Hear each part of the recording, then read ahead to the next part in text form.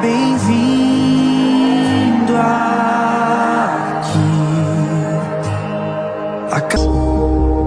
Essa casa é sua casa, nós deixamos ela pra você, Jesus. Essa casa é sua casa, nós deixamos.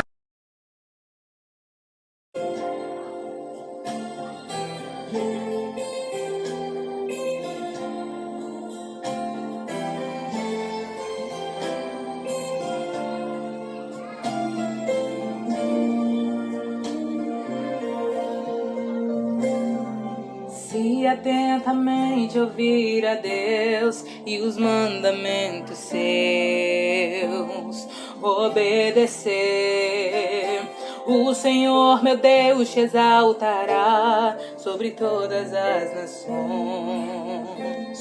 Onde eu passar, eu não correrei atrás de bênçãos. Sei que elas vão me alcançar.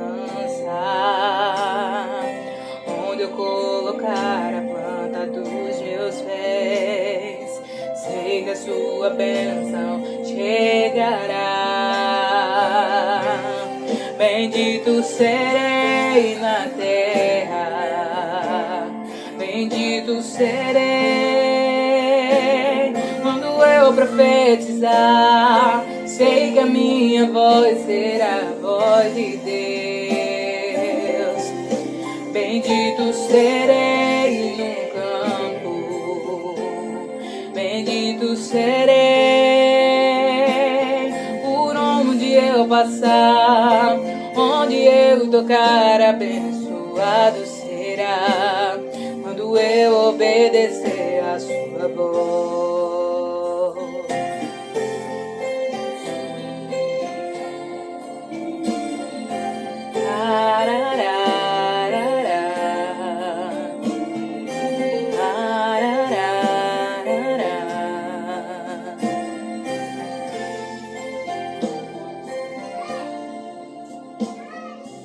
Se atentamente ouvir a Deus e os mandamentos seus obedecer, o Senhor meu Deus me exaltará sobre todas as nações. Onde eu passar, eu não correrei atrás de bênçãos, pois sei que elas vão me alcançar. Onde eu colocar a planta dos meus pés, sei que a sua bênção chegará. Bendito serei na terra, bendito serei quando eu profetizar. Eu sei que a minha voz será a voz de Deus. Bendito serei no campo, bendito serei por onde eu passar. Onde eu tocar, abençoado será quando eu obedecer a sua voz.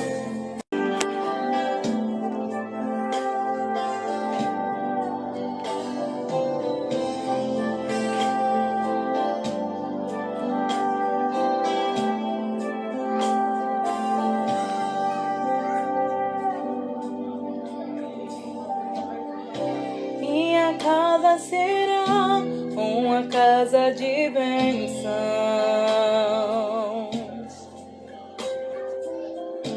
Minha casa será um pedaço do céu.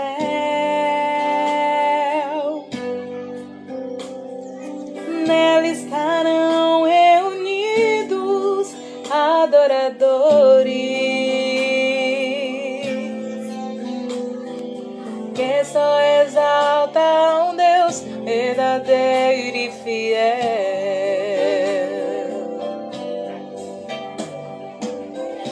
Minha casa será reconhecida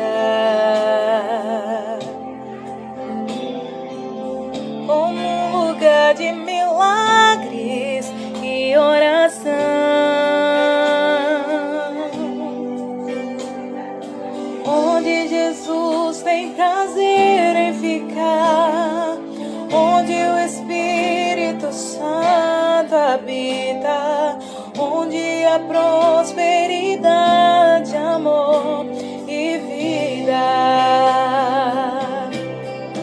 Faça do meu lar, Senhor, um lugar de harmonia. Faça do meu coração tua casa todo dia. E esteja à vontade pra ficar e nunca mais partir.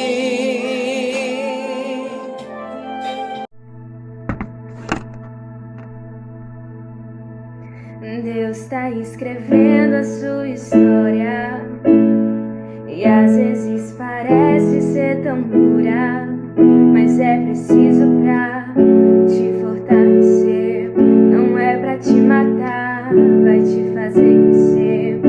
Deus pensou em todos os detalhes da sua trajetória. O que será que Ele está escrevendo agora? Será o dia de você cantar o hino de vitória. Você vai ver, quando o tempo chegar, Deus vai honrar você e vai trocar o choro por um hino de vitória. Vai sobrar motivos pra você dar glória, glória.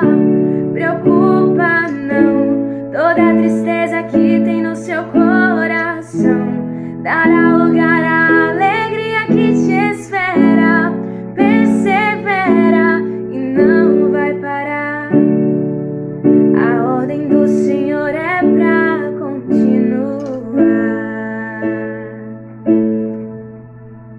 Boa noite, a paz de Cristo.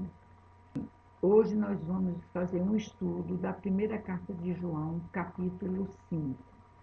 Esta carta, com este capítulo 5, nós encerramos todos os capítulos da carta de João. Eu falei no primeira carta de João, capítulo 1, e os demais falaram os outros.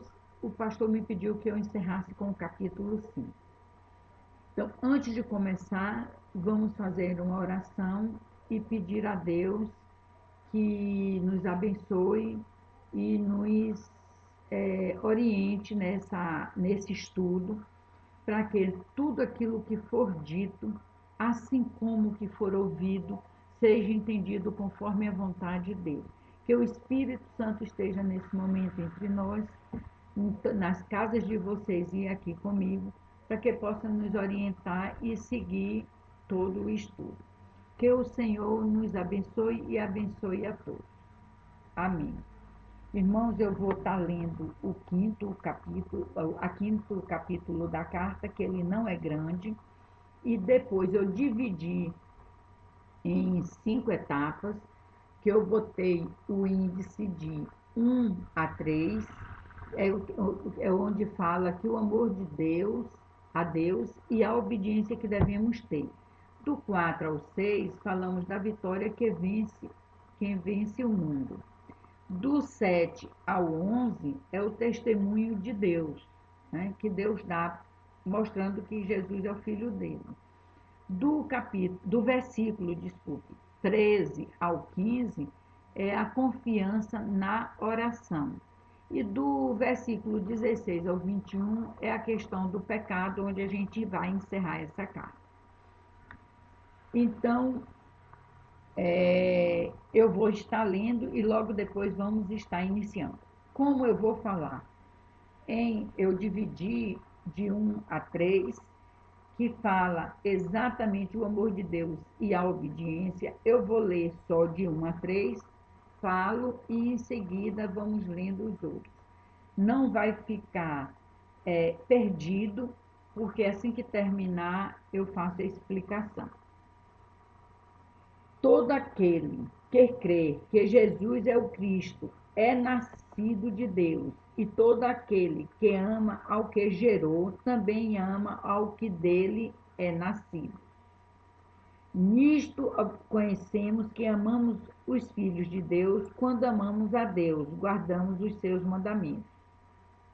Porque esta é a caridade de Deus, que guardemos os seus mandamentos, e os seus mandamentos não são pesados. Desculpa.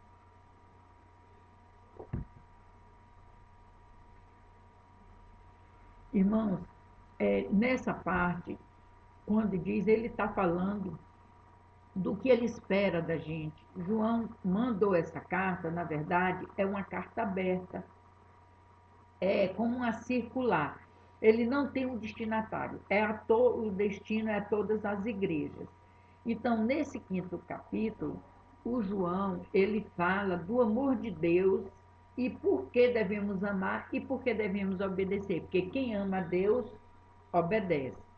Então, essa carta foi escrita mais ou menos no ano 90 depois de Cristo, no primeiro centenário, né? No primeiro 100 anos, quer dizer, no período de 90.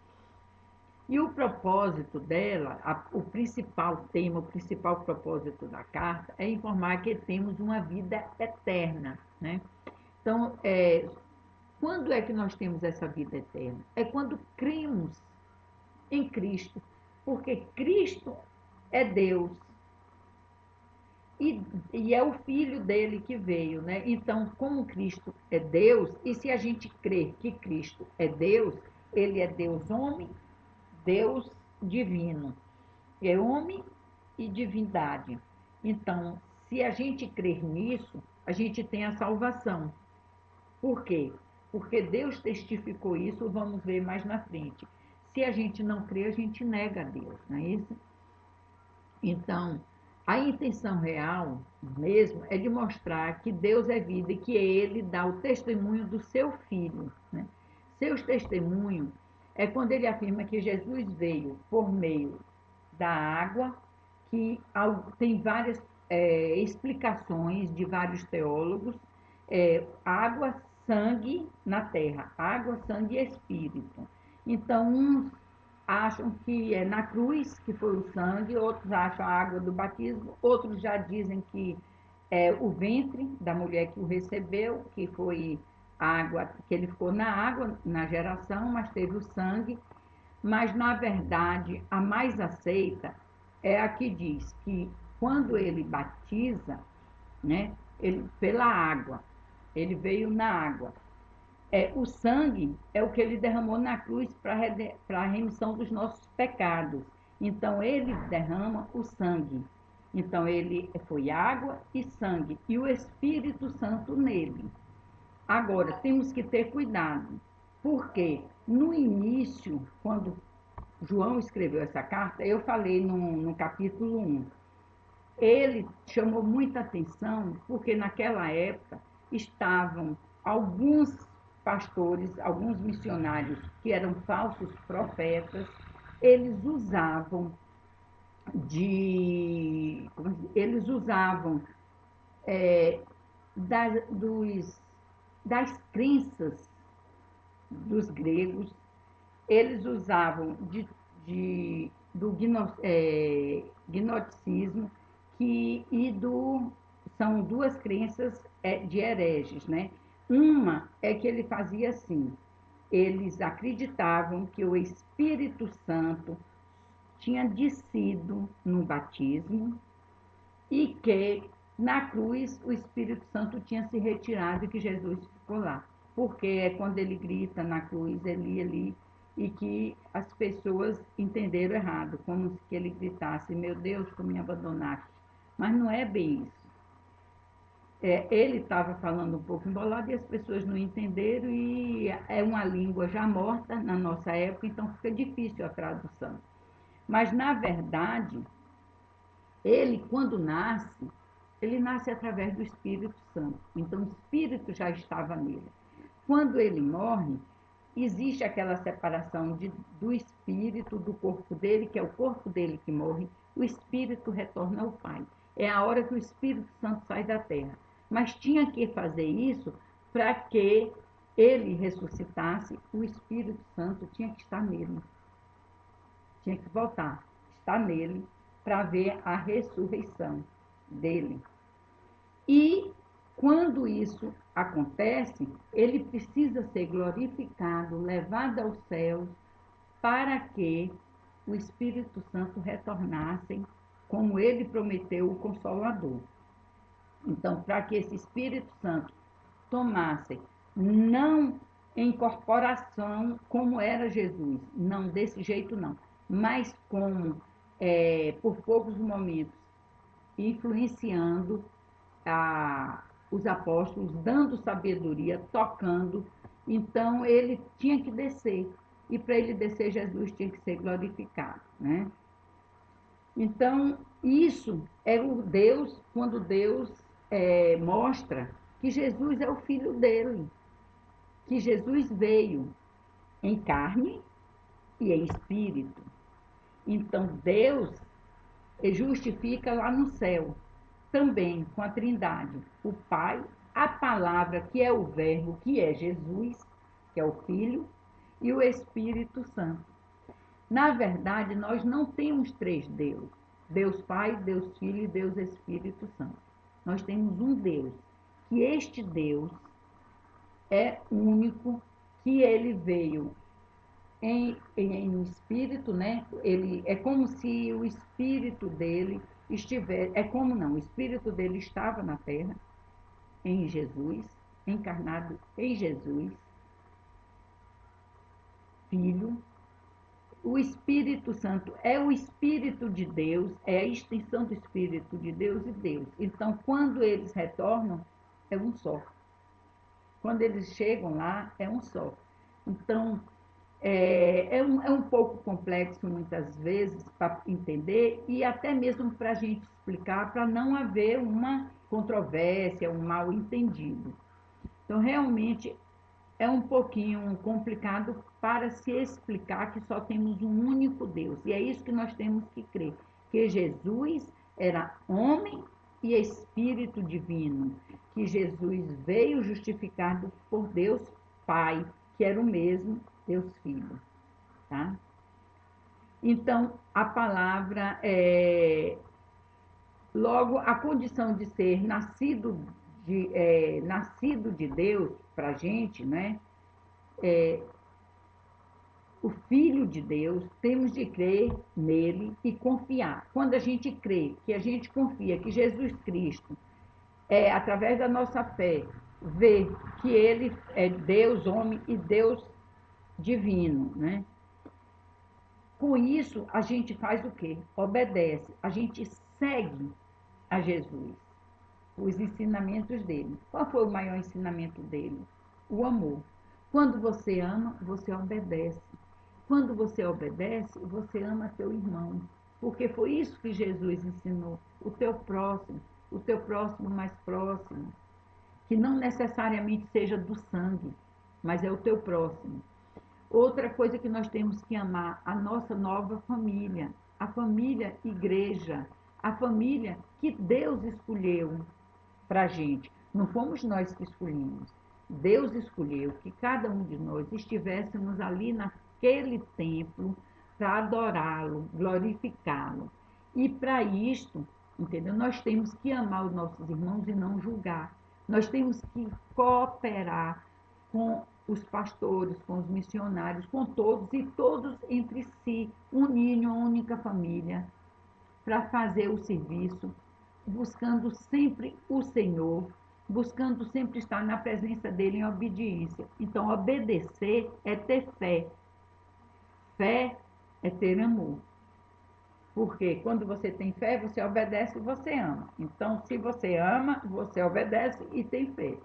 Qualquer lado, os três estão ligados. Então, o que ocorre? Quando a gente simplesmente vem e não crer, a gente peca.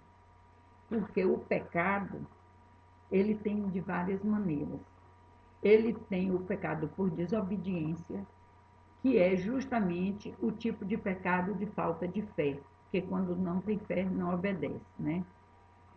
Então, como retornando, eu falei que o gnosticismo e o docetismo eram as crenças pesadas na época que os pastores estavam pregando, ensinando erroneamente aos seus seguidores essas heresias. E eles, como eu falei, que o gnotismo, eles acreditavam que a matéria era boa, ou desculpe, a matéria era má e o espírito era bom. Então, com isso, os judeus, principalmente, eles não conseguiam aceitar como é que tua matéria é má e você ressurge, reencarna, como foi Jesus. Jesus, ele tem a ressurreição, mas na mesma carne. Então, eles não conseguiam entender isso, eles não conseguiam aceitar, porque a carne para eles era imunda, era podre. E com isso, o que é que eles achavam? Tudo que eu fizer com a carne está perdoado, a carne é podre. Mas meu espírito é divino, eu estou salvo. Então eles achavam que todos os pecados da carne não tinha sentido, podia fazer à vontade. Então isso era errado. E aí João já escreve e já passa todas as cartas dele, como a gente pode ver, e os outros capítulos, que é justamente todos os 5 capítulos é ensinando, exortando, para que nós possamos exercer a nossa fé, exercer a nossa obediência a Deus, exercer a nossa força perante a Deus através da oração, né? Então, obedecer os mandamentos de Deus não é uma tarefa difícil, não é uma tarefa árdua, não é uma tarefa pesada. Porque se nós estivermos orando, nós vamos estar em comunhão. Quando se está em comunhão, tudo é fácil, tudo é leve.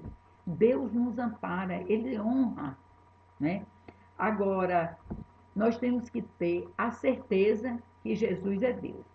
E aí eu vou abrir um parênteses e vou falar. Muitos de nós cristãos, nós cometemos erros bárbaros. Um deles, uns dizem assim, a palavra me diz que se eu levantar a mão e confessar a Jesus, eu estou salvo. Bem, eu sou evangélico, sou cristão, eu estou salvo. Então, se eu pecar lá na frente, eu estou salvo. Não é bem assim, irmão. É porque existem várias interpretações de maneiras que as pessoas conduzem conforme a vontade de cada um.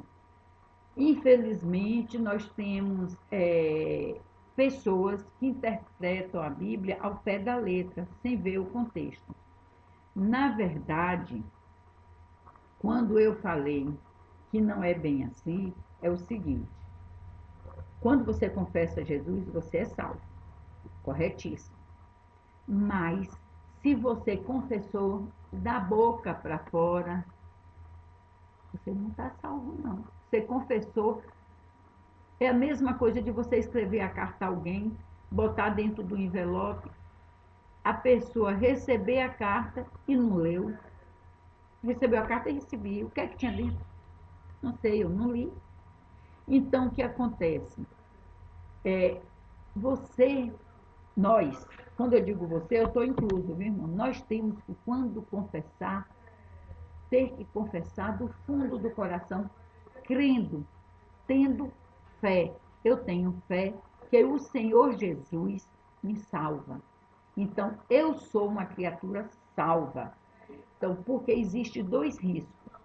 Aqueles que crêem que estão salvos e não estão, que são esses que confessam da boca para fora, não confessam no coração, não vivem a palavra de Deus, não vivem a obediência, esses não estão salvos. Agora, aqueles que confessam, que vivem e que têm a obediência, muitos deles não acreditam que estão salvos. Tem dúvida. E nessa dúvida, eles deixam de viver o amor verdadeiro de Deus. Por quê? Porque eles ficam na inconstância. Bem, eu julguei mal o meu irmão. Pô, perdi minha salvação. Vou no inferno. Ah, poxa, eu tropecei, dei um palavrão contra o meu irmão, contra qualquer coisa.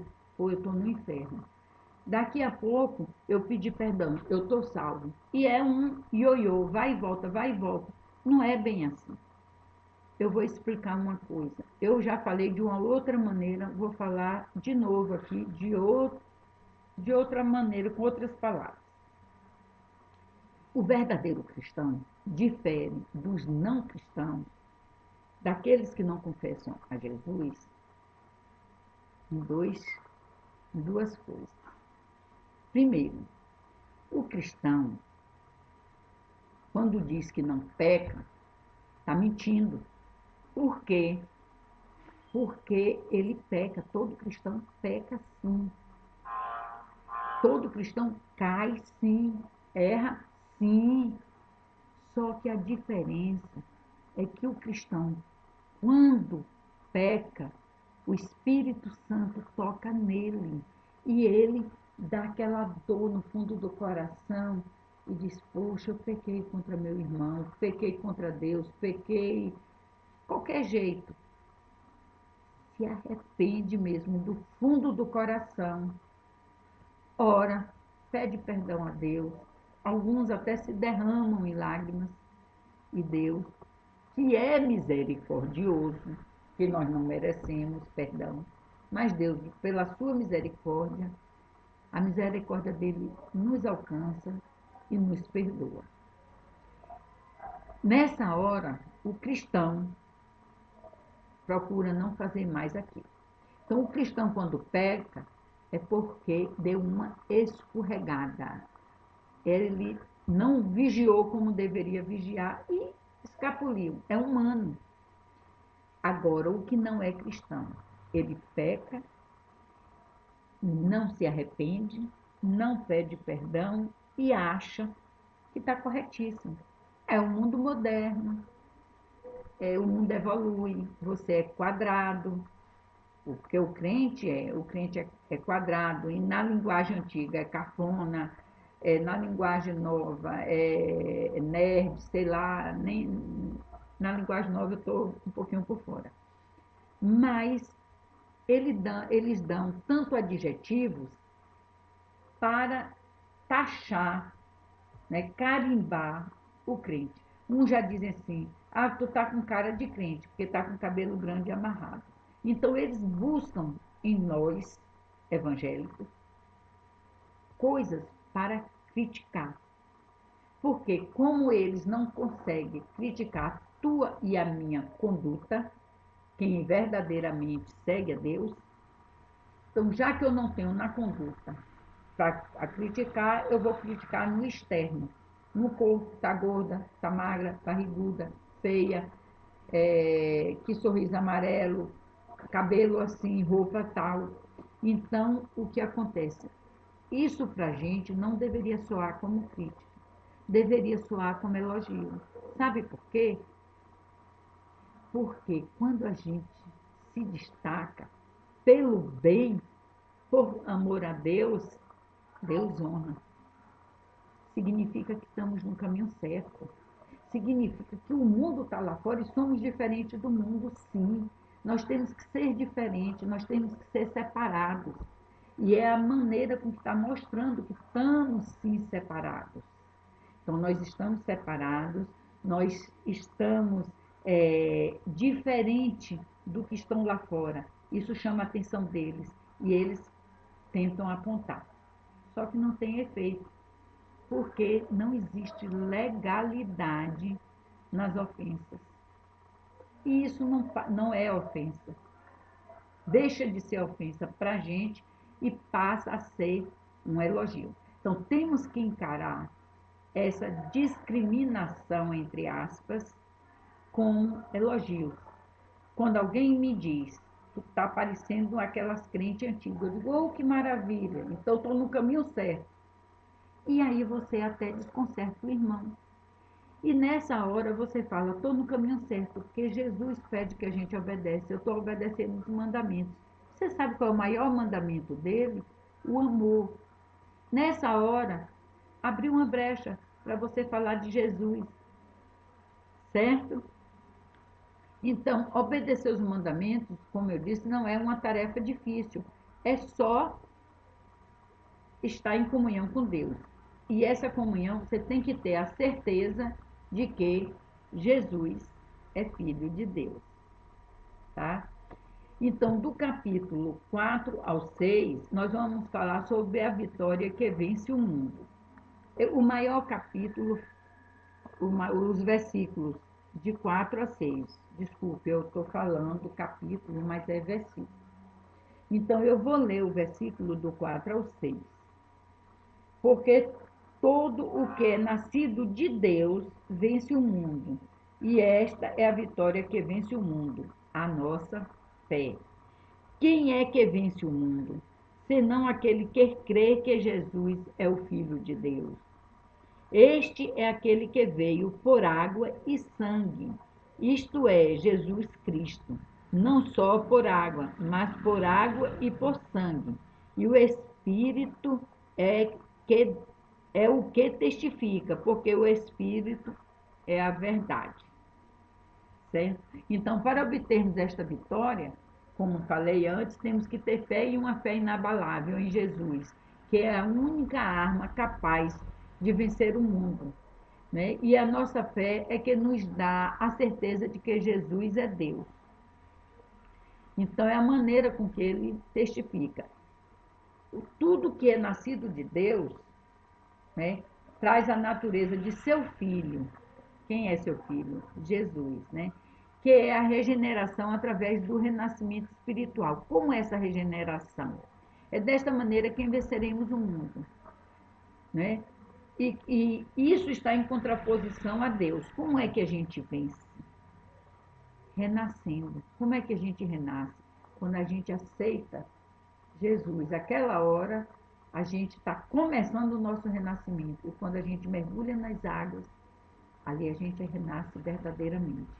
Você confessa Jesus e batiza, aí ali você começa a sua caminhada de regeneração, deixando os velhos hábitos e criando os novos hábitos, que são através dos mandamentos. A obediência de seguir os mandamentos. E o primeiro deles é amar o próximo como a ti mesmo. Né? Tudo tão que é nascido de Deus e da natureza de seu filho, que é o que eu li, né, é a regeneração, né, através desse nascimento espiritual que nós temos que ter. Então, logo, a nossa fé em Jesus Cristo, sendo o Filho de Deus, é que vai nos dar essa vitória contra a malignidade do mundo, porque o mundo é maligno. O maligno mora no mundo. Então, nós não podemos abrir brecha, porque qualquer que seja a brecha aberta, o inimigo ataca. Isso? Então, a gente tem que ter sempre, sempre o pensamento naquilo que Deus determina para a gente. Quando a gente precisa, tem alguma dúvida, melhor coisa, se você não tem como falar com o seu pastor para te ajudar em oração, você entra para teu quarto, fecha a porta, pode orar em pensamento ou em voz, como preferir, e eleva teu pensamento a Deus, porque mesmo em pensamento, em silêncio, quando a gente ora, Deus escuta e Deus ouve, porque Deus sonda o nosso interior. E aí, se nós estivermos orando corretamente, Deus ouve. Então, nessa hora, a gente pede auxílio a Deus e ao Espírito Santo para que Ele nos dê. Do versículo 7 ao 11, vou falar sobre o testemunho de Deus em relação ao seu Filho Jesus. O testemunho, do 7 ao 11, eu vou ler. Esse testemunho é o que fala justamente da água, do porquê Jesus é o Filho dele. Então, porque três são os que testificam no céu: o Pai, a Palavra e o Espírito Santo, como eu já falei. E estes três são um. E três são que testificam na terra, que é o Espírito, a água e o sangue.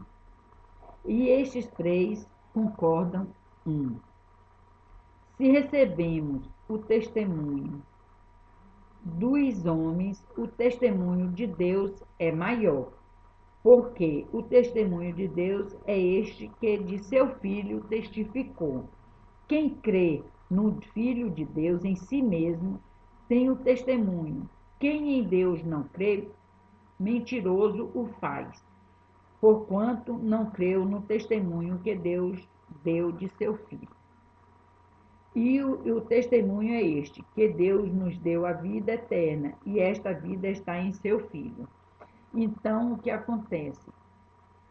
O próprio versículo já explica, então a gente não tem nem assim muito o que falar, né? Então, o testemunho é dado quando ele afirma o quê? Que a fé é eficaz e é dado pelo Espírito Santo através das Escrituras e da ressurreição de Cristo. Através daí ele fecha, já deu a prova suficiente para a gente ver que Jesus é o Filho dele. Quem dá este testemunho é o Deus, é o próprio Pai que afirma que Jesus veio ao mundo em carne e é fonte de vida eterna para todos que nele crêem. Então, se nós cremos em Jesus, nós temos sim a vida eterna, porque ele nos dá essa vida eterna. E quem garante é o Pai, é a palavra que está aqui. Não sou eu, Jacira, não é o pastor, é Deus. Então, é garantia segura, é selada, é garantido que nós estamos salvos. Se acatamos o testemunho de um homem, qualquer um que dê, se a gente acata num julgamento, o testemunho dele é válido, imagine o de Deus, que é muito mais forte, né?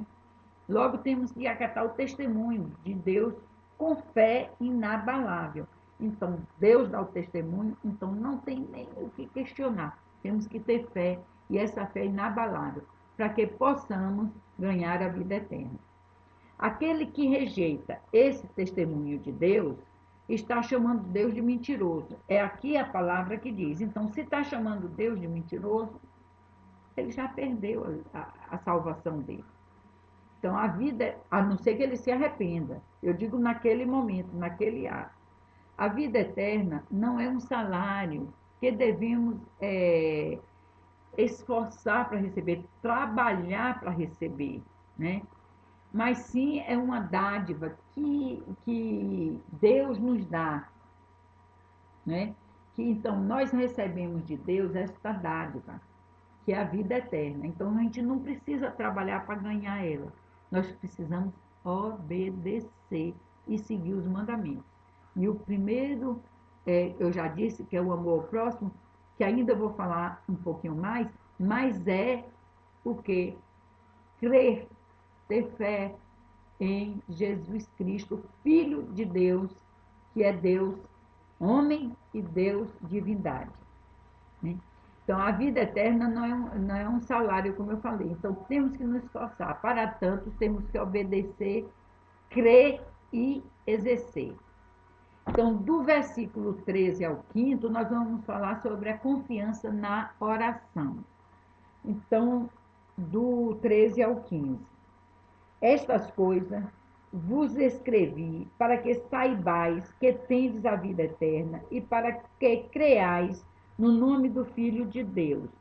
Esta é a confiança que temos nele, que se pedirmos alguma coisa segundo a sua vontade, ele nos ouve. E se sabemos que nos ouve em tudo o que pedimos, sabemos que alcançamos as petições que nós lhe fazemos.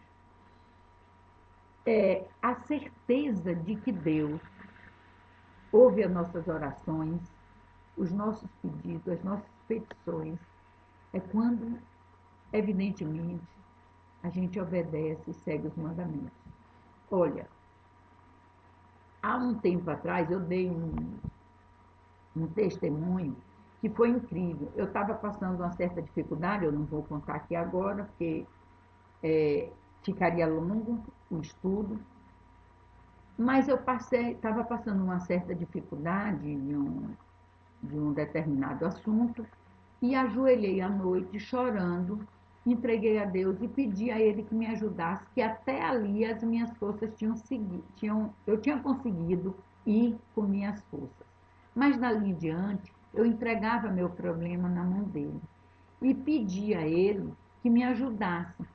Aí, no final da minha oração, eu falei para ele: Pai, esta é a minha vontade, é o meu pedido, mas eu não sei o que o Senhor tem para mim, e que seja feita na minha vida a sua vontade. Irmãos, eram 10h15, 10h30 da noite, na hora que eu pus o joelho no chão e orei. Era 6h30 da manhã quando eu recebi a ligação com a solução do meu problema. E de uma pessoa que Deus acordou, avisou, contou o assunto e a pessoa não sabia. E quando a pessoa me liga, dizendo que Deus tinha incomodado, acordado e mandou ela falar comigo. Então, para você ver como Deus age e Deus testifica. Então, desse jeito, eu não sou melhor do que ninguém. Sou tão pecadora e tão desmerecedora de tudo isso quanto qualquer um. A diferença existiu aí na hora que eu orei. A fé, a diferença que eu digo de um não cristão. Onde é que eu entrei? A minha fé. Eu tinha certeza que Deus estaria ali me amparando. Eu não sabia se ele ia atender meu pedido, porque o pedido que eu estava fazendo, eu não sei se era esse o melhor para mim. Porque muitas vezes Deus nega o pedido que a gente faz para ele nega porque não é o melhor para a gente. E muitas vezes a gente até injustamente, ingratamente, diz, poxa, eu pedi, Deus não me deu, etc. E outra coisa, nós temos que esperar o tempo dele. Não é a todo momento e nem é a tudo que a resposta é imediata. Neste caso foi, mas tem casos que não foram imediatos, levou anos. Então, o tempo para Deus é diferente do tempo nosso. Para isso, nós temos que perseverar e confiar. E quando a gente confia e crê, temos a vida eterna.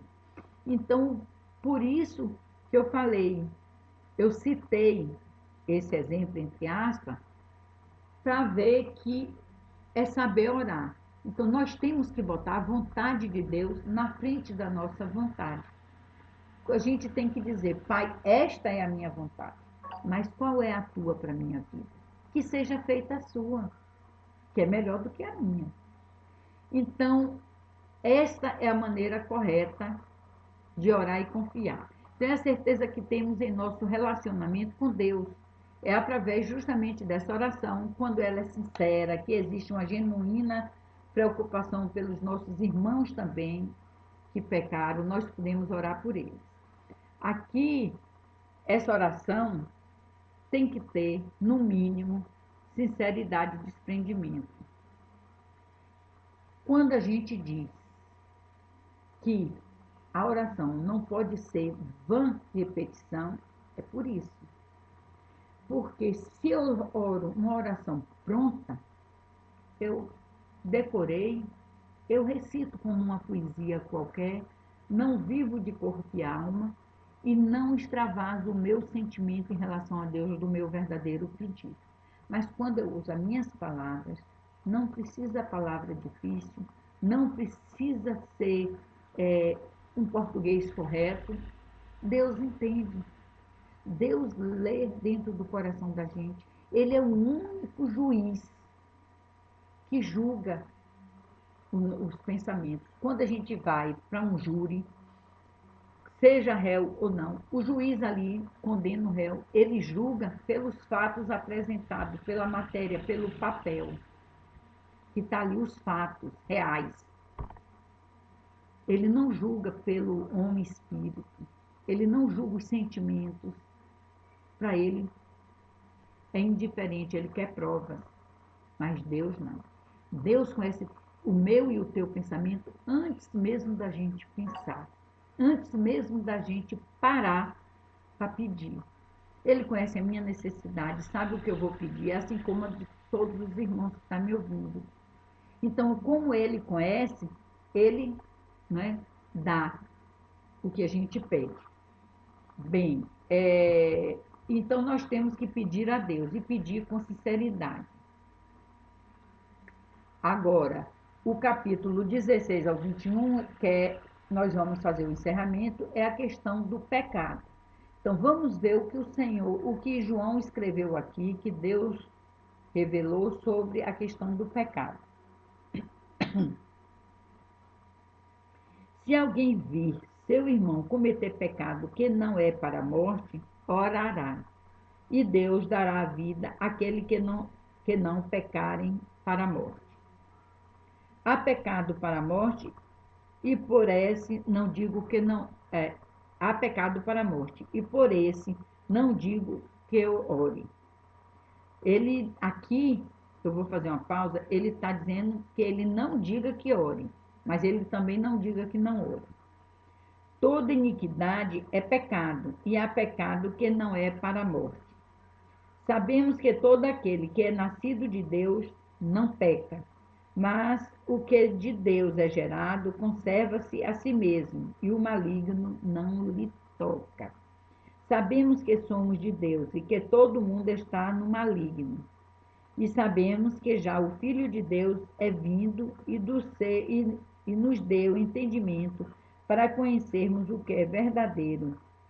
E no que é verdadeiro estamos, isto é, em seu Filho Jesus Cristo. Este é o verdadeiro Deus e a vida eterna. Filhinhos, guardai-vos dos ídolos. Amém. Bem, irmão, quando ele diz aqui que nós devemos interceder pelos nossos irmãos que não cometeram pecado para a morte, essas são as orações que todos nós pedimos, que nós fazemos no grupo de oração. Um irmão está doente, a gente ora pedindo a Deus o quê? Saúde para o irmão. E um irmão vai fazer um concurso, ora aí, me ajuda em oração. A gente ora, pede a Deus que oriente, que clareie a mente dele, para que ele lembre dos assuntos estudados para ir. Porque tem uma coisa, se ele não estudou, como é que Deus vai ajudar? Cada um tem que fazer a sua parte para Deus ajudar. Deus ajuda aqueles que crê nele e que faz a parte.